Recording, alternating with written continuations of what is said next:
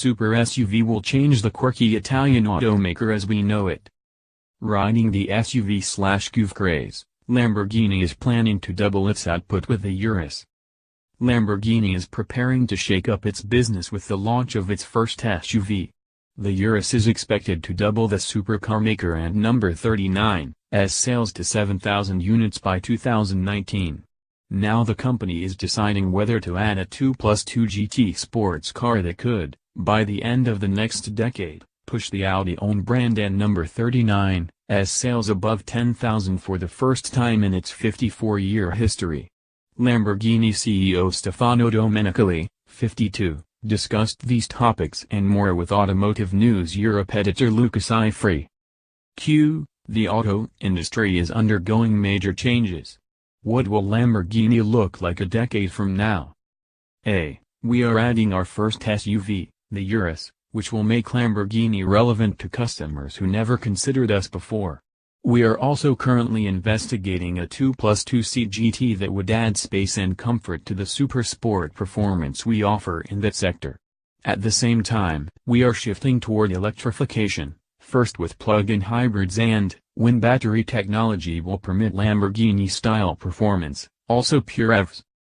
As the industry shifts toward SUVs, do you fear that your customers may trade in their Huracan or Aventador to buy an Urus?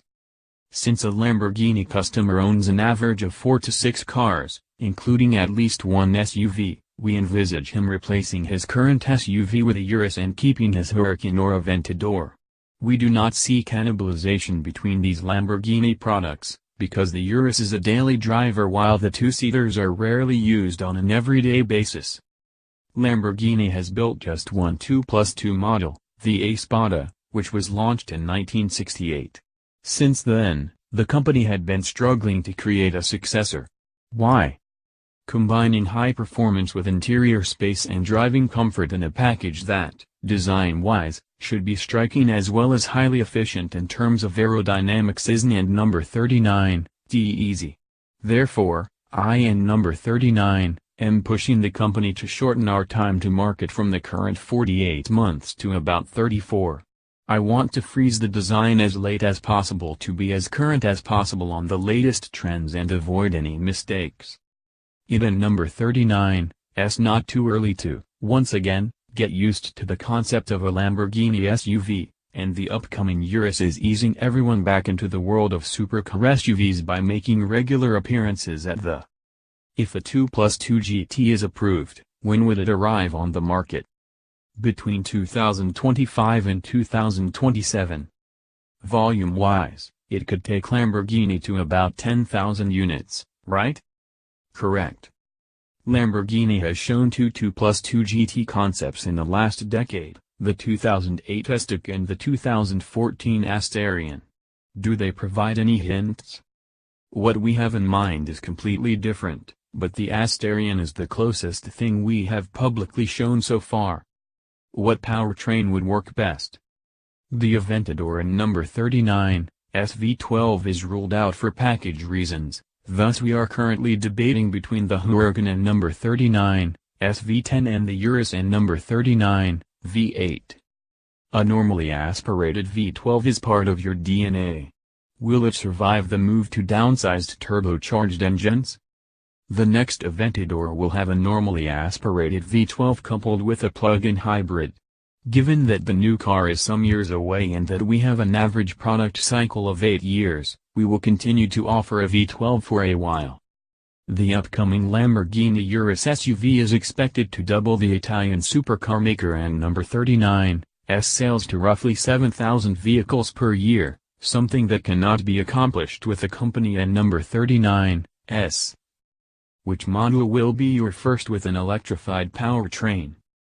The Urus will have a plug-in hybrid variant that will appear in early 2020.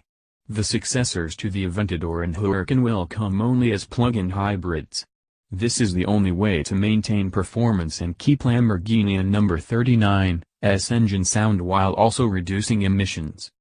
And a pure EV? We do not see the right balance of size and weight to deliver enough performance and range for a Lamborghini based on current and future battery technology.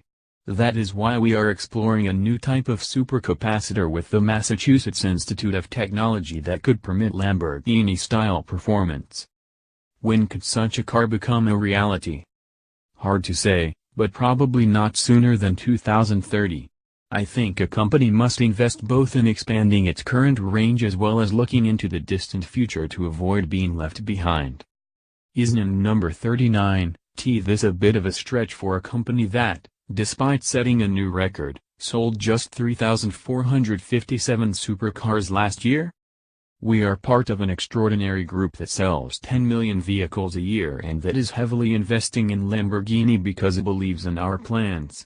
Therefore, I am far from worried. When I tested the Urus on the Nardo high-speed track, I was genuinely pleased because we were able to deliver on what we have promised. Now it is up to the market to judge our work, but I am very optimistic. SUV is expected to double Lamborghini sales originally appeared in Automotive News on December 4, 2017.